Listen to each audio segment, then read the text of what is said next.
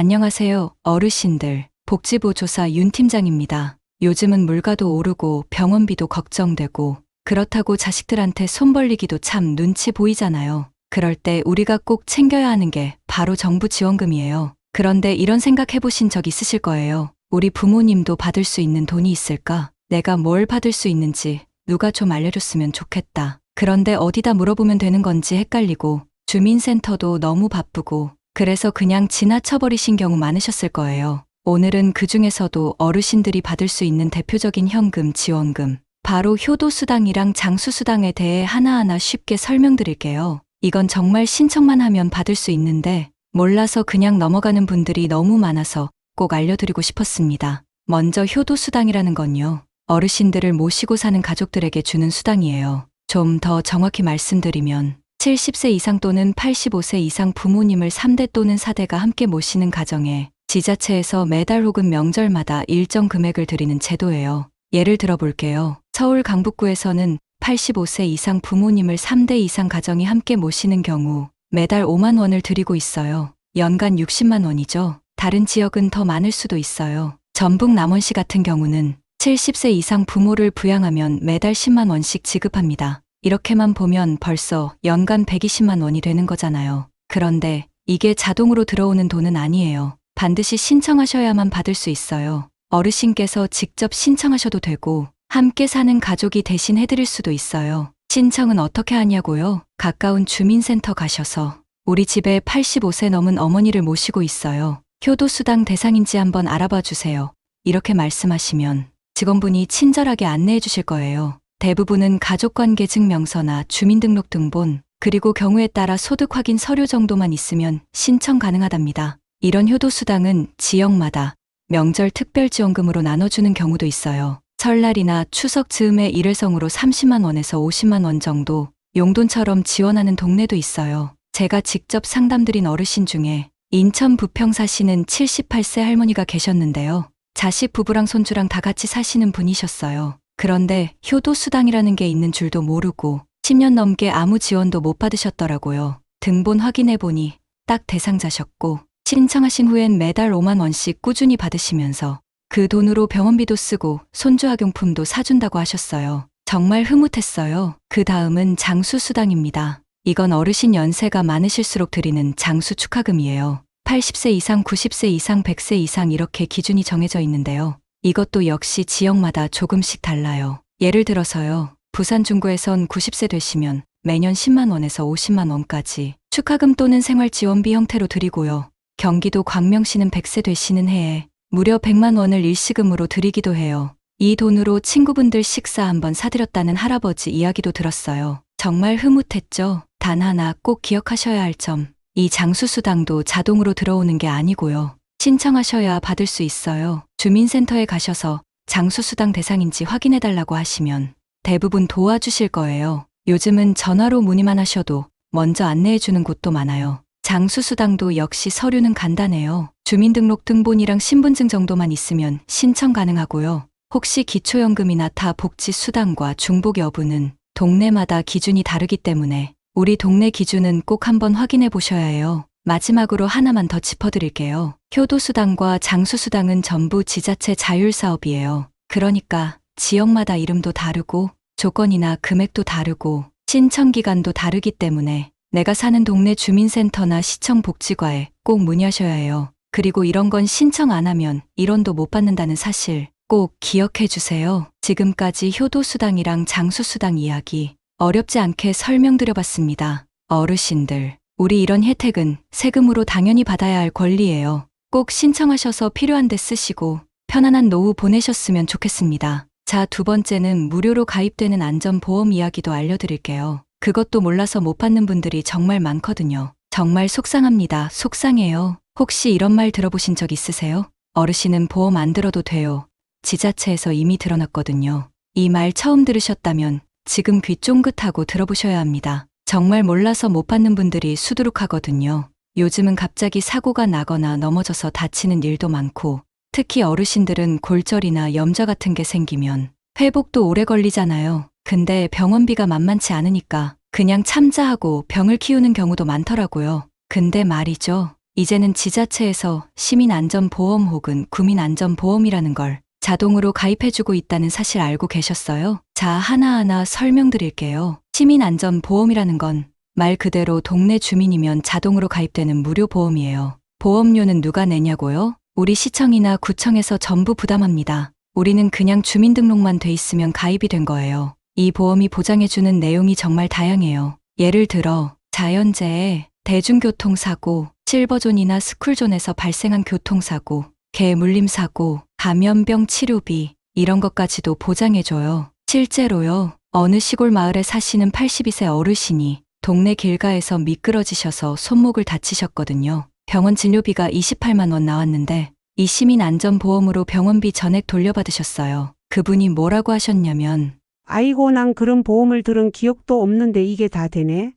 하시더라고요. 그렇습니다. 기억 못하셔도 괜찮아요. 지자체가 다 알아서 가입해뒀거든요. 그 대신 신청은 꼭 본인이 하셔야 해요. 어떻게 신청하냐고요? 사고가 난 날로부터 3년 안에 우리 동네 시청이나 구청에 문의하셔서 시민안전보험으로 병원비 보상받고 싶다고 말씀하시면 보험사 청구 서류를 안내해줘요. 그 서류를 보험사에 접수하면 빠르면 3일 안에 내 통장으로 돈이 들어옵니다. 진짜예요. 참고로 개인적으로 가입한 보험이랑 중복 수령도 가능해요. 이 말은 예를 들어서 기존에 가입한 실비보험이 있어서 보험금을 받았더라도 시민안전보험에서도 또 받을 수 있다는 뜻이에요. 이와 비슷한 보험이 또 하나 있어요. 그게 바로 구민안전보험이에요. 이건 명칭이 조금씩 다르기도 해요. 어떤 동네는 군민안전보험, 어떤 곳은 생활안전보험 이렇게도 부르더라고요. 내용은 시민안전보험과 거의 비슷하지만 지역 특성에 맞게 보장 범위가 조금씩 달라요.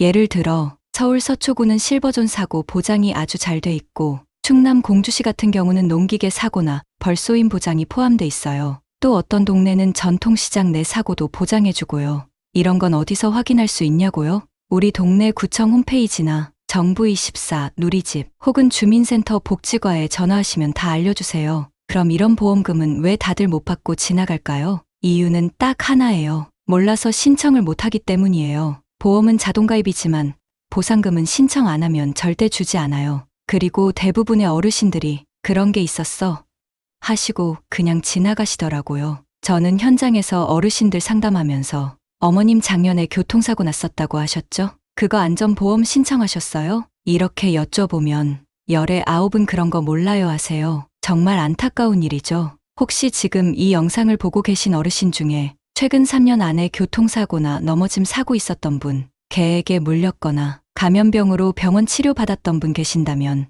꼭 한번 우리 동네 주민센터나 구청에 전화해보세요. 우리 동네는 시민안전보험 있나요? 제가 보상받을 수 있는지 알아봐 주세요. 이렇게만 말씀하셔도 직원분들이 잘 안내해 주실 거예요. 어르신들, 우리 보험이라는 게 참 복잡하고 귀찮게 느껴지지만 이건 나라에서 다 해준 거니까 절대 놓치지 마시고 꼭 신청하세요. 모두가 가입돼 있지만 받는 사람은 따로 있다는 거 잊지 마세요. 우리가 이런 복지 혜택을 왜 받을 수 있는지, 예산이 어디서 나오고 어떤 차이가 있는지 그런 배경 이야기를 자세히 알려드릴게요. 이걸 알아야 이게 정말 받아도 되는 돈인 건지 앞으로는 신청을 할지 말지 알 수 있죠. 지금까지 효도수당이니 장수수당이니 시민보험이니 이런 걸 많이 소개해드렸잖아요. 근데 한 가지 궁금하지 않으셨어요? 그 많은 지원금과 혜택은 도대체 어디서 나오는 걸까? 정부가 다 해주는 건가? 우리 시청 예산인가? 이런 궁금증을 가지셨다면 오늘 이 시간 아주 유익하실 거예요. 우리가 지금까지 알아본 복지 혜택들 다 어디서 나올까요? 바로 지방자치단체의 사회복지 예산이에요. 이 예산은 각 시청, 구청, 군청 등 지자체에서 편성하는 건데 여기에는 크게 두 가지 종류의 돈이 섞여 있습니다. 하나는 중앙정부에서 내려보낸 돈, 다른 하나는 지자체가 자체적으로 확보한 예산이에요. 재미있는 건 지자체가 쓰는 복지 예산 중에서 무려 89.4%가 중앙정부에서 오는 보조금이라는 사실이에요. 즉 실제로는 나라에서 지원해주는 돈으로 지자체가 각자 맞게 배분해서 집행하는 거죠. 그래서 어떤 어르신이 정부는 나 몰라라 하고 시청만 열심히 하네. 하신 적 있는데 사실은 그 반대일 수도 있어요. 예산은 정부에서 오고 집행은 동네가 한다. 이렇게 보시는 게 맞습니다. 그럼 왜 지역마다 혜택이 다를까요? 서울은 이런 혜택이 있고 경북은 없고 어떤 동네는 보험도 있고 어떤 데는 그런 말도 없고 그 이유는 바로 지자체의 복지 예산 규모 차이 때문이에요. 2022년 기준으로요. 지방자치단체 중에서 복지 예산이 가장 큰 곳은 경기도예요. 기초자치단체당 평균 예산이 무려 6천억 원이 넘어요. 반면에 전라남도는 1,900억 원 정도로 가장 적은 편이고요. 또 다른 수치를 보면 광주는 전체 예산의 48%를 복지했습니다. 거의 절반이에요. 반면에 전남이나 경북은 16% 정도밖에 복지에 안 써요. 같은 대한민국인데 복지 예산이 이렇게 차이가 나는 거예요. 그래서 어떤 어르신이 서울에 사는 친척한테 너희는 매달 장수수당도 받고 추석에는 효도금도 받는다며. 우린 그런 거 하나도 없는데. 이렇게 억울해하시기도 하거든요. 근데 알고 보면 예산 차이 때문인 경우가 정말 많아요. 또 하나 중요한 건 지자체장의 의지예요. 어떤 시장님이나 군수님은 복지를 최우선으로 두고 효도수당이나 장수수당을 적극적으로 도입해요. 반면에 어떤 지역은 예산이 있어도 다른 분야에 더 중점을 두는 경우도 있어요. 결국 우리가 어디에 살고 있느냐, 그리고 그 지역에서 어떤 정책을 펴느냐에 따라 받을 수 있는 복지 혜택의 양과 종류가 크게 달라지는 셈이죠. 이런 점에서 우리 어르신들께 꼭 드리고 싶은 말씀은 내가 받을 수 있는 복지 혜택은 내가 직접 챙겨야 한다는 거예요. 동네마다 다르고 해마다 바뀌고 예산 사정에 따라 중단되거나 새로 생기기도 하니까요. 한 가지 더, 복지 혜택은 나눠주는 선물이 아닙니다. 우리가 열심히 살아오면서 낸 세금과 보험료로 만든 권리예요. 그러니까 자식에게 미안할 것도 없고 직원에게 눈치 보실 필요도 없어요. 당당하게 나 이거 받을 수 있어요? 하고 물어보셔야 해요. 제가 만났던 어떤 어르신은 효도수당 대상이셨는데도 나 같은 사람도 신청해도 돼요?